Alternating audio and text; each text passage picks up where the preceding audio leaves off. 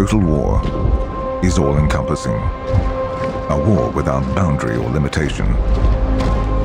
In the Second World War, massive armies advanced, confronting whole populations with impossible choices. The manufacture of weapons transformed industry and the workforce. Area bombing campaigns reduced cities to rubble. Sieges doomed populations to starvation.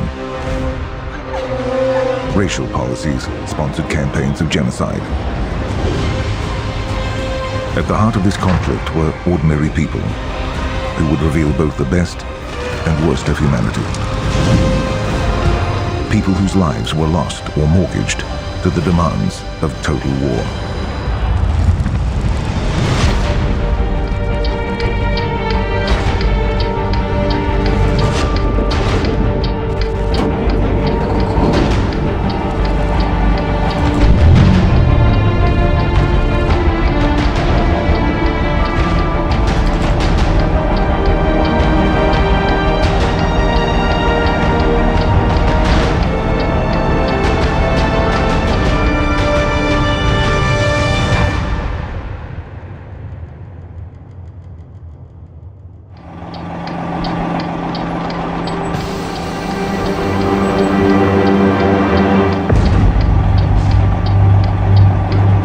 A total war, munitions industries had to be revitalized, populations mobilized, and economies refocused towards war. Attempts were made in the 1920s and early 1930s to maintain peace. But as treaty after treaty was violated, it became clear that total war was increasingly probable. By the mid-1930s, nations began to mobilize in earnest. So right through the interwar years, people are very aware that the new total war will require mass mobilization. Indeed, this is one of the fears people had, that another great war would have tremendous economic as well as political and ideological consequences. The threat of total war sparked an arms race for ever greater numbers of technologically advanced weapons. Total war would be fought in the factories as well as on the battlefields, by workers as well as soldiers. Many believed victory would be won by whichever nation could produce and deploy the greatest number of weapons. This understanding of the strain that total war would put on nations inspired rounds of peace agreements. In the 1920s and early 1930s, a series of conferences and agreements were created in the hope of maintaining peace and preventing an arms race. Though some of these pacts met with initial success, the momentum towards total war steadily increased as each agreement faltered. There were high hopes for the disarmament conferences in Geneva in February 1932 and 1933. Representatives from 60 countries attended. But negotiations failed when Germany sought military parity with other Western powers and rejected any plan that didn't deliver it. The hope of a world with fewer weapons was finally dashed when both Germany and Japan withdrew from the League of Nations in 1933. It is now clear that the disarmament conference will not fulfill what is its sole object, namely general disarmament.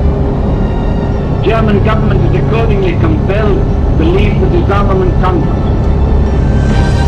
One by one, as these numerous promises of peace were broken, total war looked more and more likely, and nations across the globe began to prepare. I think we need to think in terms of what at the time statesmen, scholars, and military thinkers of all ideological shades thought mobilization meant. And what they really thought it meant at core was the mobilization of the power of the state to affect the economy, markets, to put people in jobs and positions in uniform with ever greater force. Hitler began planning for rearmament as early as 1933, but kept his activities secret from the international community until 1935. Thereafter, as he openly defied the conditions of the Treaty of Versailles, Hitler's path to total war became increasingly clear to the international community. 1936, you're seeing the globe being armed. What's interesting is that there was an assumption that those states that had dictatorships, that had state-controlled economies, had a lead in rearmament. The Reich's law for the construction of the armed forces reintroduced conscription, included plans for the expansion of the Navy and Army, with the Army to reach 580,000 men by 1939. Versailles had kept the Army at 100,000. The new Air Force would combine with the Navy and Army to create the Wehrmacht. Hitler's four-year plan, launched in 1936, laid out his aims for rearmament. In 4 years, Hitler demanded the German army must be ready for combat, and the German economy must be capable of war. The heart of the plan was self-sufficiency, or autarky. The German armed forces often talked about having some sort of economic dictator, someone who would come in and subordinate the aircraft manufacturers, the armored fighting vehicle manufacturers, petroleum industry, and so on, to create an independent, self-sufficient economy. Externally, it looked like Nazi Germany was mobilizing to some sort of grand Machiavellian plan that it was all going to be perfect. And outsiders tended to assume this. So French and British military intelligence assumed the Germans were doing everything efficiently and beautifully. The truth is, it was disorder and chaos on the inside. One example of such inefficiency was the lack of standardization across German industry. At one point, German factories were producing 425 different kinds of airplanes, 151 types of trucks, 150 different motorcycles. When Germany went to war, this diversity, which made staggering demands on the spare parts inventory, was to prove disastrous. When we think about Goering running the four-year plan, I mean, he may have been once a great aviator, but did he understand the fundamentals of running the German economy? I don't think so.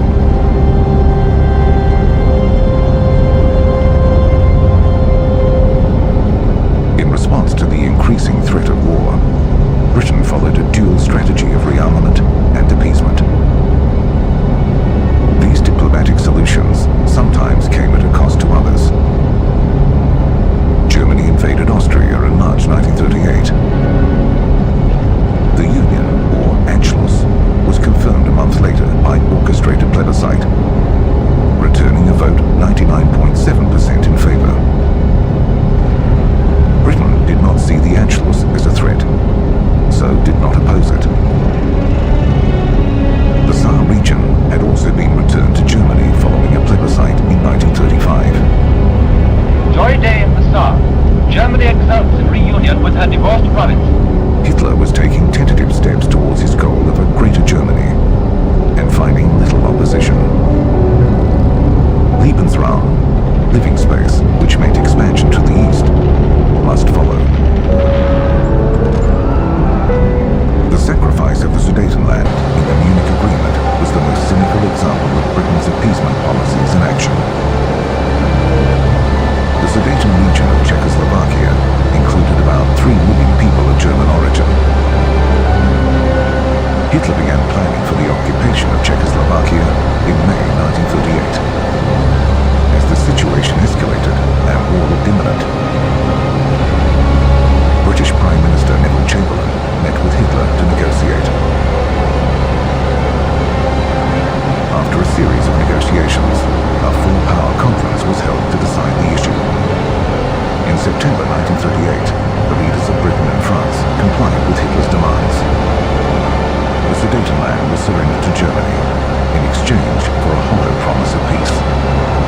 Britain was very much influenced by its experience in the First World War. The cost in blood and treasure had been so great that there was a feeling that if in any way they could negotiate a war away, that is, appease Hitler in particular, they would do it. The Munich Agreement and the appeasement strategy did not secure peace for our time, as Chamberlain claimed. But it did buy time enough for Britain to continue to scale up preparations for war.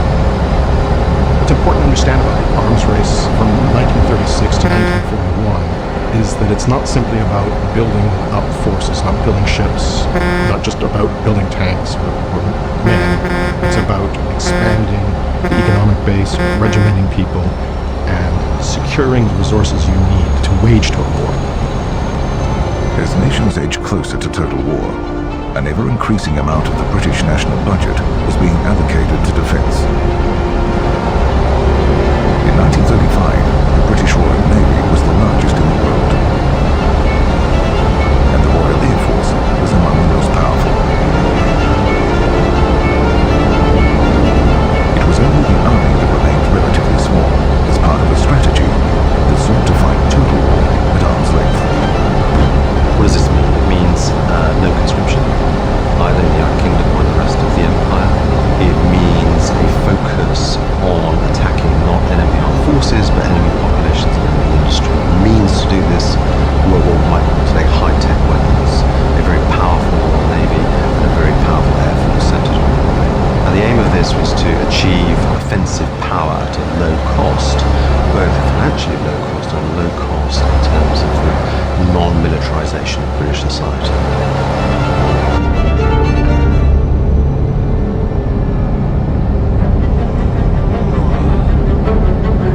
The French invested in defence. Work began on the Maginot Line in 1930.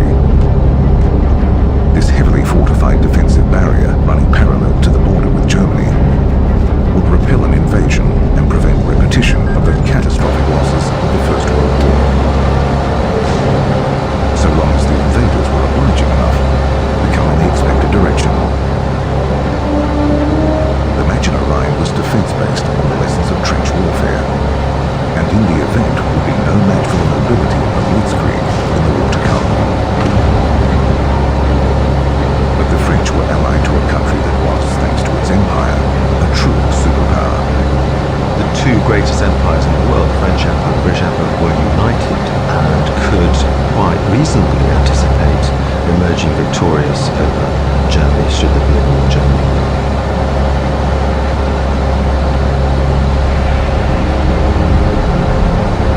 In the Soviet Union, Stalin anticipated a future war, knowing his nation was not as prepared as it could be.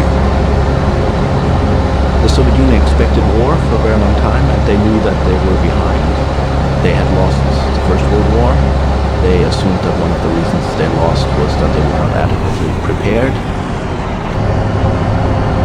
By implementing a series of 5-year plans, ruthless programs of collectivization and industrialization, Stalin transformed the Soviet Union into an industrialized socialist state. There's a very drastic appreciation of the potential dangers of living in what they perceived as capitalist encirclement. That is the only socialist country, and the perception was that everybody wanted to invade them. Collectivization gathered individually owned farms into state collective farms. The plan aimed to free laborers for work in factories. The implementation was brutal. An estimated 5 million supposedly wealthier peasants, known as kulaks, were killed or deported. The 5-year plans also nationalized industry and services. A large share of the investment was directed into heavy industry at the expense of consumer goods.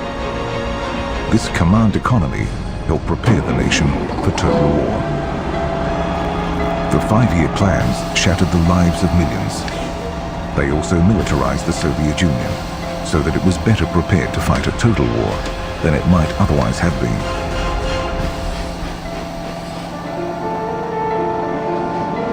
For example, in 1927, the Soviet Union produced only 500 motor vehicles. 13 years later, in 1940, they're producing 200,000. It says a lot about the 5-year plans that Stalin initiates and just how heavily focused they were on heavy industry and on armaments.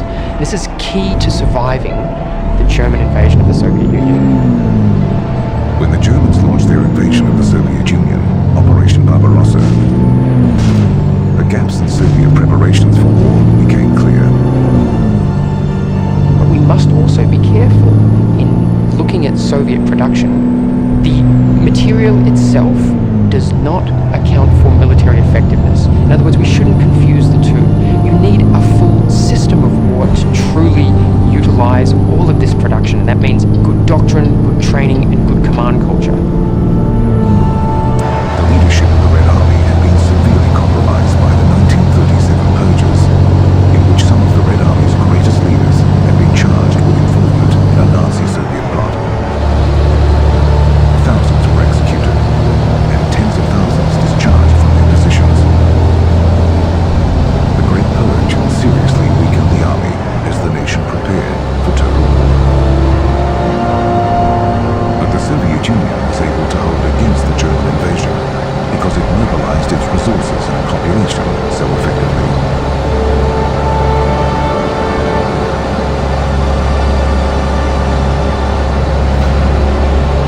Because it drew the invaders into enormous territory, stretching supply lines. Because the Russian winter was a powerful ally. And because the Red Army did not stop fighting. For the Soviet case, it's, I think, clearly an ideotypical total war. The activities of the state focus nearly completely and exclusively on mobilization to war and on provision of the Red Army, to the extent that they give up a lot of things they have done about controlling civilian consumption, distribution, and basically lets locals deal with things. The United States abstained from mobilizing for war altogether in the 1930s. Weary of European wars, equally wary of bankers and munitions dealers who sought to make their fortunes in war, the focus remained on neutrality for as long as possible. Weapons manufacturers were also reluctant to get involved again. When the armistice came into effect at the end of the First World War, government munitions contracts had been abruptly terminated. Tax laws prevented companies from writing off machines which were not worn out or obsolete. Factories across the country were demolished, including what was at the time the biggest rifle manufacturing plant in the world. On the other hand, as Europe darkened over the 1930s, you had an increasing group of people who thought that the safety of the United States was very much tied up with keeping Europe out of war. And so therefore, the difficulty of the United States in the 1930s was with the Depression, when 1/3 of the country was out of work for a considerable time. And the fact that because of this, the U.S. didn't really have a foreign policy in the 1930s. No one really knew what they wanted to do, or if they did know what they wanted to do, they weren't sure they could actually accomplish it. So moving towards the Second World War in the United States, you had a lot of confusion. In September 1939, one poll suggested that at least 2/3 of the population had no desire to provide aid to the Allies. But within a few short years, the United States was transformed from an isolationist nation intent on neutrality to the arsenal of democracy. To create the arsenal, President Roosevelt ramped up the defense budget. We must increase production facilities for everything needed for the Army and Navy for national defense. The most prominent examples was the Second Naval Expansion Act signed by the President in July 1940, which granted $4 billion towards construction for the Navy. In December 1940, a year before the United States declared war, President Roosevelt made it clear that to preserve American independence against the Nazi threat, American production had to mobilize. Rearmament was essential. Providing weapons to the nations fighting against the Nazis would, Roosevelt hoped, enable the US to stay out of the fight. The distribution of the arsenal began with Lend-Lease. Lend-Lease was put in place because President Roosevelt, and then gradually other members of the administration, the Congress, decided if the United Kingdom, and indeed the Empire, was not supported, it was going to go under. One of the isolation laws had said no one could buy anything unless they bought it with cash and carried it back on their own ships. Well, increasingly, Britain didn't have any cash.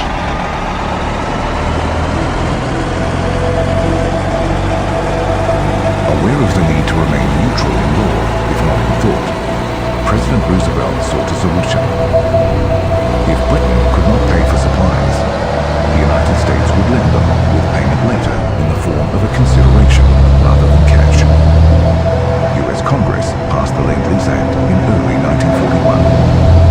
So our country is going to be what our people have proclaimed it must be, the arsenal of democracy. It would have been very difficult for the United Kingdom, extremely difficult, for them to pay for ships, to pay for men, to pay for whatever the accoutrements of war might be.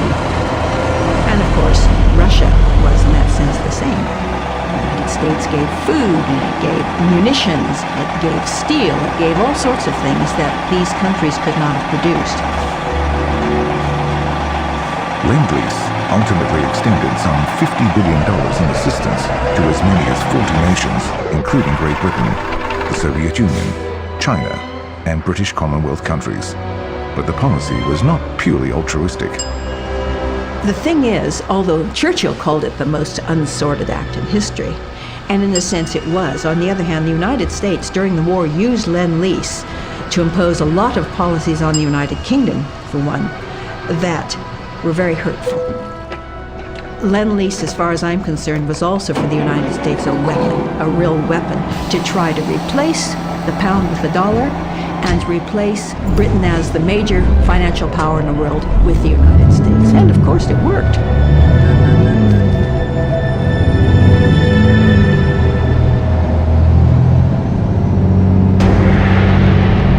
As the arms race developed through the 1930s, the total war to come was, in a sense, already being fought. The outcome of the war was determined as much on the factory floor as on the battlefield. Production was vying for victory. As the major powers prepared for war in Europe, production increased exponentially. Factories went into overdrive. In 1933, for instance, Britain produced 633 aircraft, Germany 368, and France produced none at all. The Soviet Union, in comparison, produced 2,595 aircraft. By the last year of the decade, France produced over 2,000 aircraft. Germany had caught up to the Soviet Union's level of production, with both producing over 10,000 aircraft each. Britain produced the greatest number that year, with over 15,000 aircraft manufactured. Once the United States entered the war, its factories and factory workers made a significant difference to the Allied war effort. If total war relied on the factory, the American factories were willing and able to deliver victory. The United States, until after the Second World War, didn't believe in huge standing armies and navies. They could be a threat, and they cost money. So the mobilizing both militarily, in terms of the Navy, in terms of industry, and in terms of manpower, really all began once the United States was in the war.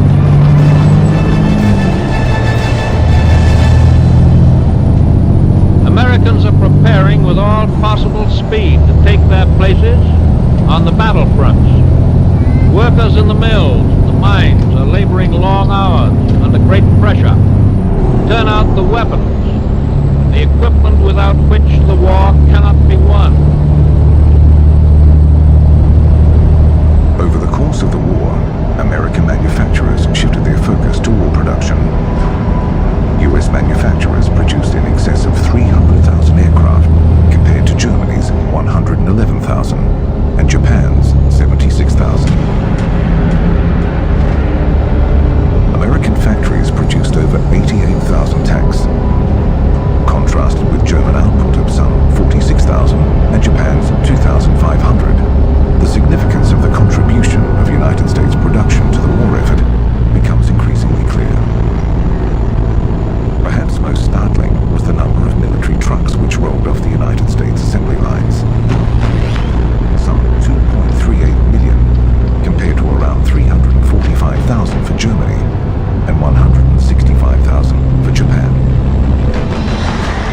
1943, the US was said to be producing a tank every 5 minutes, an aircraft every half hour, and an aircraft carrier every week. When Britain mobilized, it drew not only on its own national resources and population, but those of its empire. This belies the common perception that Britain stood alone against the Axis powers in 1940.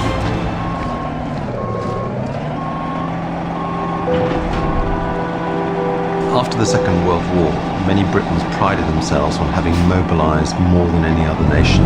That's to say, the United Kingdom had a higher proportion of soldiers plus arms workers to total population of any belligerent nation. In fact, it's a very misleading statistic.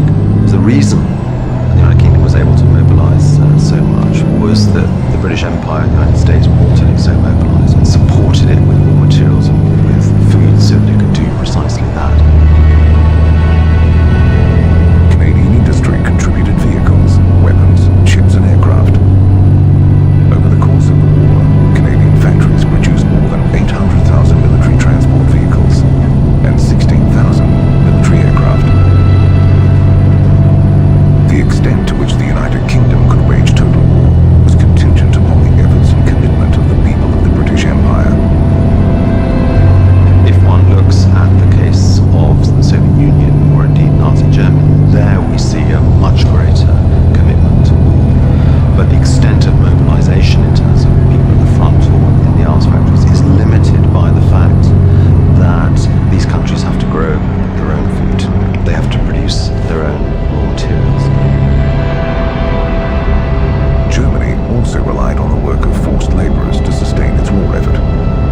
The number of slave laborers Germany pressed into service in 5 years was at least equal to the number that crossed the Atlantic during almost 400 years of the slave trade. Food and raw materials were vital to waging total war. For nations which relied on imports for food supply, this could present considerable problems. Really, the root cause of the war start way back in the 1870s when the European population start to shift away from a grain-based diet towards a meat and milk-based diet. And that means you have to import a lot more fodder to feed the animals to produce the meat and the milk and so on. And for Britain that's fine, but that was a real problem for Germany. In Germany, the raw materials took priority over food supplies. Goering was quite serious when he said, "We've chosen guns over butter," because they didn't want to spend money on importing fodder from Denmark or bacon or milk or whatever to feed the working classes. They want to spend it on iron from Sweden to rearm. That makes them aggressive, that makes them look to the east. That's always the plan, that they will invade Russia and take over Eastern Europe in order to grow food for the German population. Access to resources was a great strength for the British war effort. It did not have to rely solely on internal resources to prosecute the war, but it also made the nation vulnerable. Imports traveled by sea. The support offered by the US through Lend-Lease would have come to nothing if maritime supply lines were compromised. The German Navy sought to use U-boats to blockade, starve, and ultimately defeat Britain. The fight to secure the supply lines against German U-boats was known as the Battle of the Atlantic. It was the vital logistic battle of the war. Whether it failed or succeeded on either side really determined the course of the war, and how well it was going profoundly influenced what each side could be doing in other campaigns. German U-boat commander Admiral Karl Dönitz fought the Battle of the Atlantic with total war in mind. But he also faced competition from other arms of the German military for men and resources. Dönitz saw the Battle of the Atlantic as a tonnage war, a race between the number of ships his submarines or U-boats could sink, and the speed with which the Allies could bring new ships and crews into production. It's usually thought that the main impediment to British imports were the submarines that were attacking merchant ships in the Atlantic.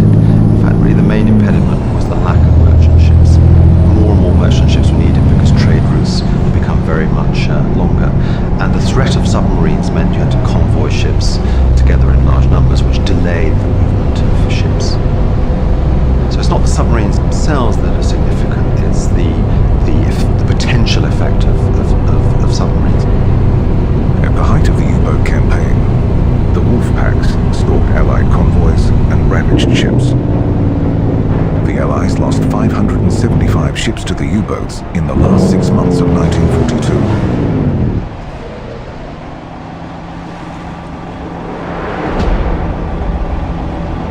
The British understood the dire threat the U-boats posed. The campaign had the potential to starve both war industries and the population. It had the potential to bring the nation to its knees. In 1943, Winston Churchill asserted in a statement to the House of Commons that the U-boat warfare takes the first place in our thoughts. In May, the German Admiralty made extreme exertions. To meet this, the British, American and Canadian forces of the sea and air hurled their strength upon the U-boats. The Allies fought the U-boats with a combination of radar, aerial patrols, convoys and mine laying. The turn of the tide was the result of a whole combination of things. It was the result of the continuing evolution of the intelligence system. It was the result of the increase in strength of the escort forces. It was the result of technological developments. Coastal Command hunted the U-boats from the air, dropping depth charges if and when they encountered their enemy. Searching miles and miles of ocean for a shadow beneath the waves was a monotonous task which required significant physical and mental endurance for the crew to keep alert for hours at a time. The German U-boat campaign ultimately failed. Although the Royal Navy and Merchant Marines suffered considerable losses, Britain's supply line was never completely cut. Germany realized too late that the campaign could have been a winning strategy.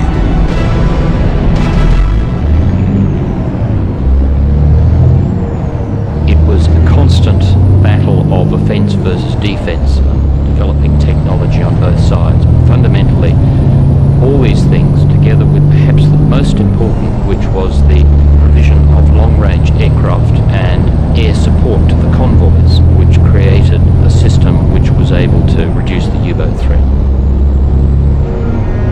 The merchant ships delivering supplies across the Atlantic, the aircraft protecting convoys from above, or hunting U-boats to secure the supply lines, all relied on labour. Labour is a necessity of total war. Without it, the voracious war production machine would be starved. Not only at sea, but on land and in the sky.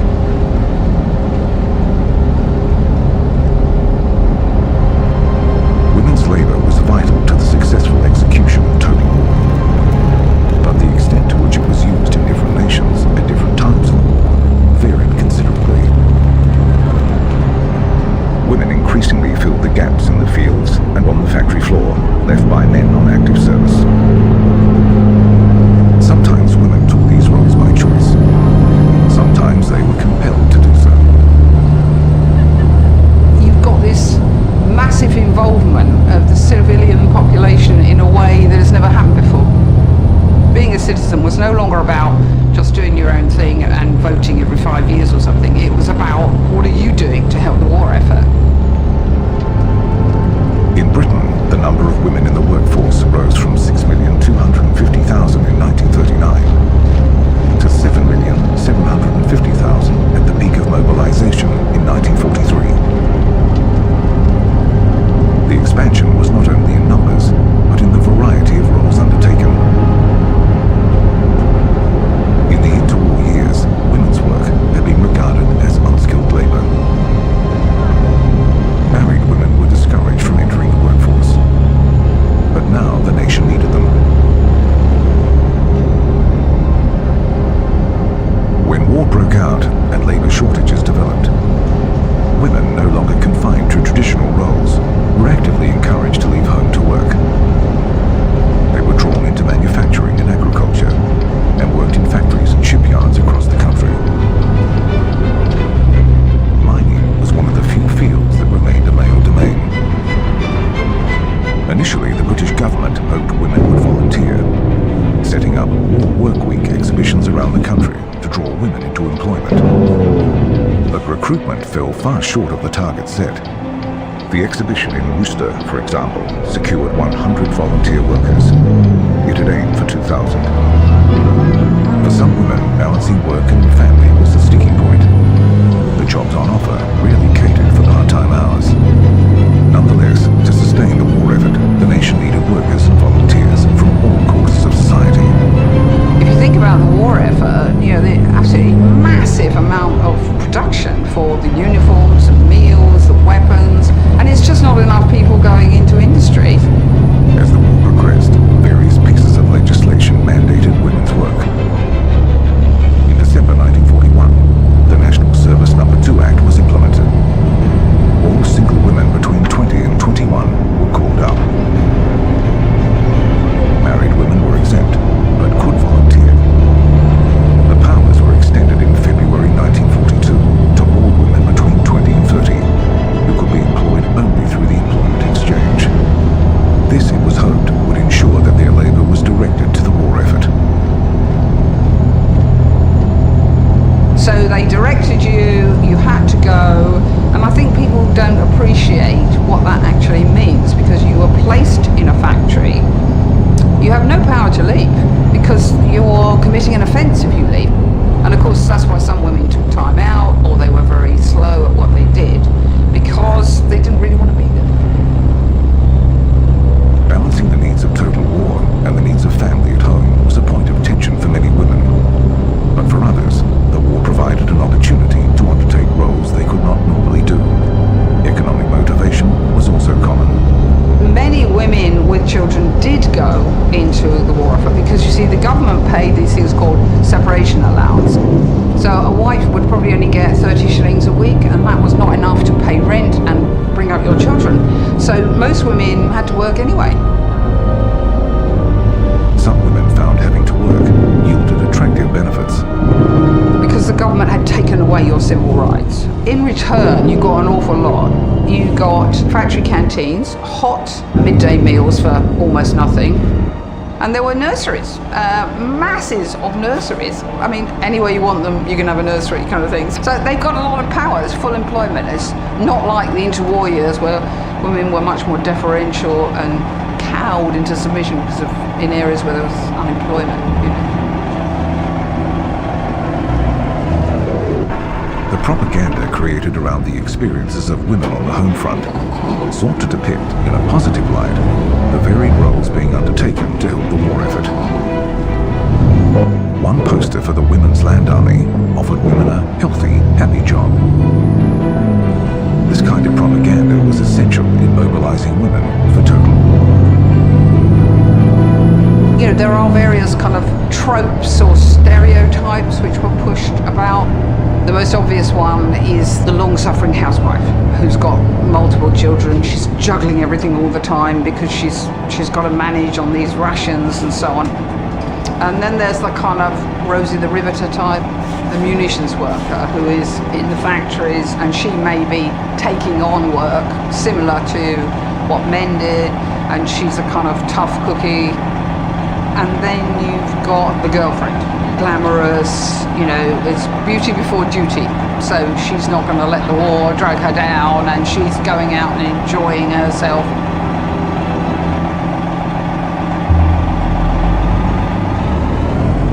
It was in the Soviet Union that the contribution of women to the war effort was the most extensive, both on the home front and on the battlefield.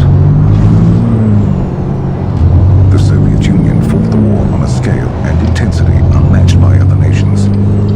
It fought against a war of annihilation and needed every member of society to work together in defense of the motherland. Throughout the 1930s, as the Soviet Union mobilized, women were actively encouraged to consider themselves equal members of Soviet society. This included playing a role in the military. It was very common, in fact, for women to be encouraged to acquire physical skills and military skills, including parachuting, skiing, shooting skills and so forth, so that in any forthcoming war they could participate equally with men in armed conflict. Propaganda in films and newspapers actively promoted women as full participants in the military. Following the German invasion, the Red Army recruitment centers were inundated with women volunteering to do their bit, though they were not always welcomed. they found they would encounter, let's say, male military recruiting officers who would just tell them, as the phrase went, war is not women's business. So the social reality versus the imagery of what women could really achieve in the Soviet Union at that time was, well, it was a long way apart. Despite the attitude of some military men, the Soviet Union was fighting a total war, and it needed women. Somewhere between 800,000 and 1 million women served in the military, many in traditional roles such as nursing, but others served in units which shattered gender stereotypes. In October 1941, with the Wehrmacht at the gates of Moscow, 3 women's regiments were created in secret. They were at the time, and probably still are in many respects, a unique phenomenon in the annals of warfare.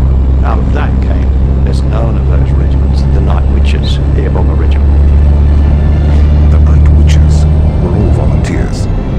Drawn from Moscow State University, they were the educated elite. These women conducted the nighttime air raids where they literally dropped bombs over the sides of these tiny planes.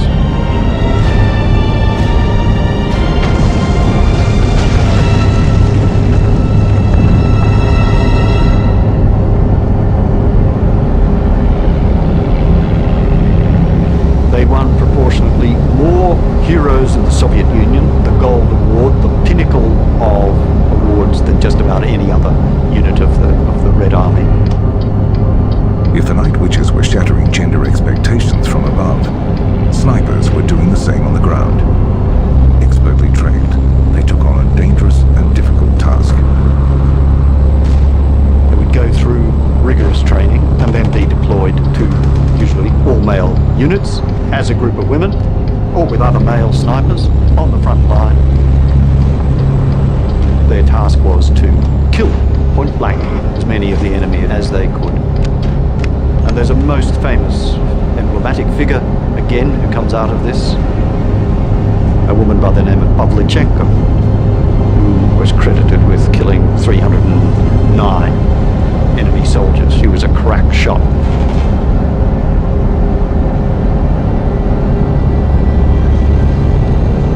They played an important role in the military, but women's labor was also in great demand on the home front. With 34 million men conscripted into the Red Army, women were needed to fill the gaps. They volunteered and were later conscripted into jobs in the industrial workforce and agriculture, in construction and transport. In contrast to Britain, women soon worked in the Soviet coal mines. By 1942, over a quarter of all coal miners were women. Girls as young as 12 worked in the factories in extremely harsh conditions. We're talking about circumstances where food was in desperately short supply, where you were expected to work 10, 12 hours a day in a factory, 7 days a week if need be, to produce munitions or equipment or whatever was required for the military. Food was so scarce, rations were so poor, that people were dying in the factories from overwork. All of this while they were expected to tend to their children, tend to the elderly, tend to the sick. Labour was also extremely scarce in the agricultural sector. Machinery and horses had been commandeered for the war effort. Women's labour powered the plough and ensured food supplies for the armed forces and the urban population, with no guaranteed rations for themselves. So on their shoulders, really, the home front effort certainly depended, again, in the most arduous circumstances. In Germany, the needs of total war conflicted with the Nazi ideology. Under the principle of Kinder, Küche, Kirche, children, kitchen, church, women were to remain at home in their traditional sphere. Despite the ideology, millions of women were already working in Germany when the war began. In May 1939, 14,626,000 women were working. The number did not increase substantially. In 1944, 14,897,000 were at work. The impact was less in the numbers recruited than the type of work undertaken.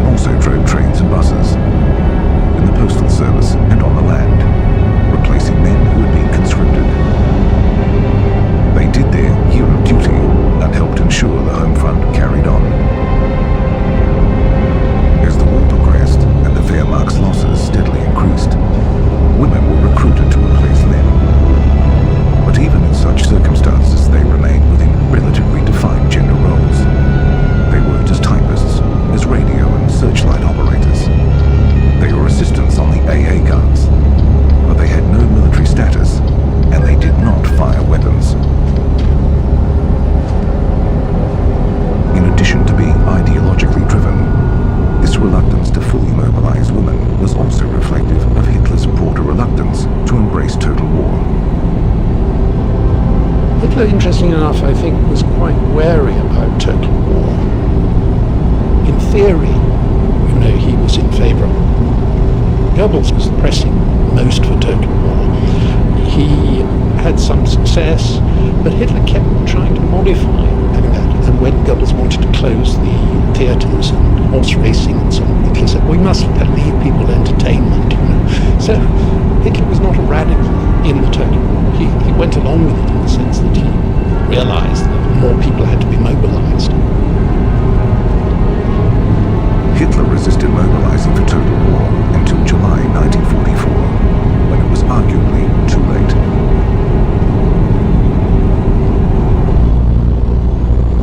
As was the case in Germany, Japan struggled with the dichotomy between women's traditional gender roles and the needs for mobilization in total war. Women were initially encouraged to support the war effort through traditional supportive roles, fundraising and home front groups, and were not mobilized until late in the war. The women and children in Japan are mobilized, but they're not mobilized as soldiers. They are mobilized as supporters of the imperial project.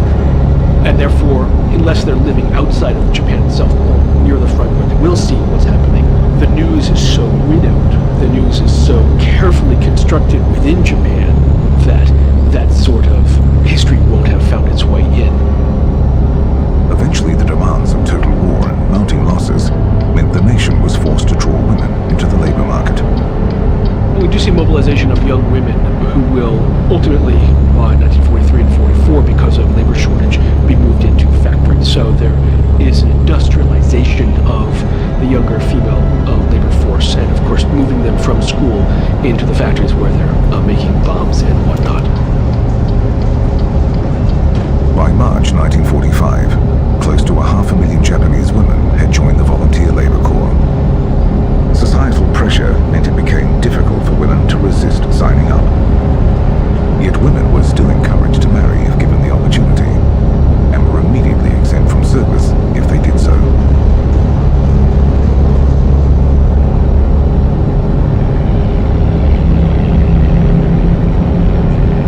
As air raids on Japan became common,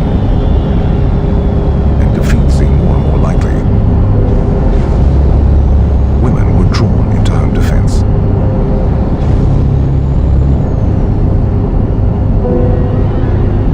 We don't see the weaponization of the female side of the Japanese population until late 1944, 1945, where almost a kind of last-ditch effort will take place, and we see these in the front of magazine covers where women who are literally only armed with bamboo spears or some sort of gardening tool almost are being trained. But one wonders if it's not just for the visual impact or the idea of you need to defend the motherland. If it had actually happened, it would have been an immense slaughter.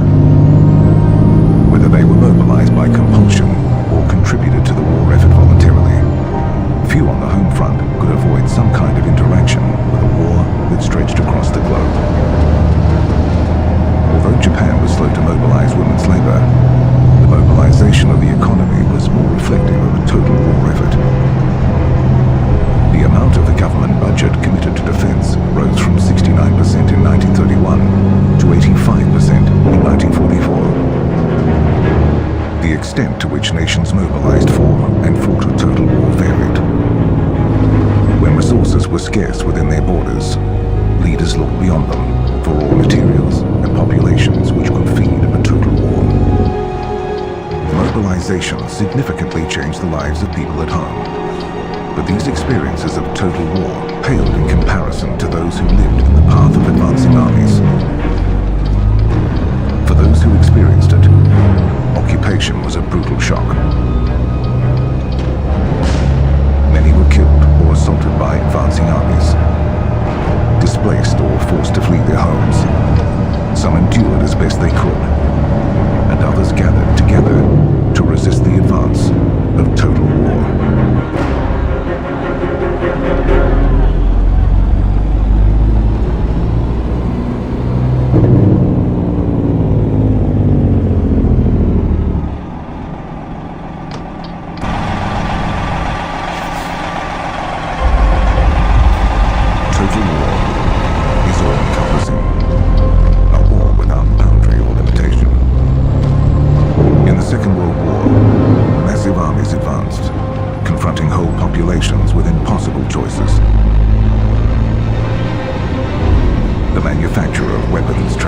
industry in the workforce. Area bombing campaigns reduced cities to rubble. Sieges doomed populations to starvation. Racial policies sponsored campaigns of genocide. At the heart of this conflict were ordinary people who would reveal both the best and worst of humanity. People whose lives were lost or mortgaged to the demands of total war.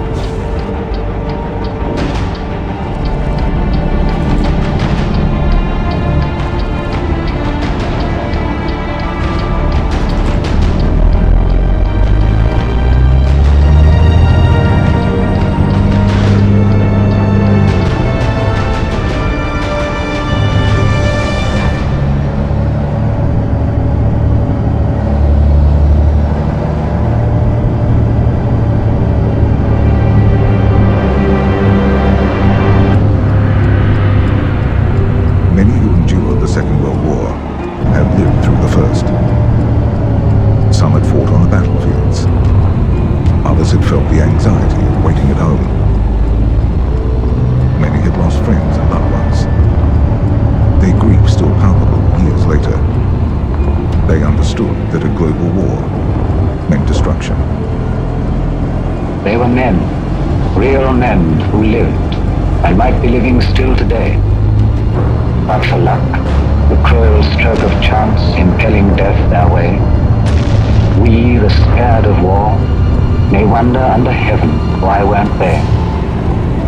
But this did not mean that people were prepared for the extent to which the Second World War devastated civilians. Essentially, all wars up until World War II, you had a situation where even if there were huge numbers of casualties, they were largely military casualties. World War II was really where that changed. Things became much more flexible, civilians couldn't get out of the way, so they were going to get hurt. Lines of advance changed very rapidly. The front line changed very rapidly, so civilians tended to get caught up in things a lot more than they had done in the past. There was a huge change in the way in which policies towards civilians were implemented by the different powers. What's often called a process of cumulative radicalization occurred in the policies of almost all the major belligerents in the war. Total war saw a shift in the corridors of power towards policies which allowed for violence against civilians.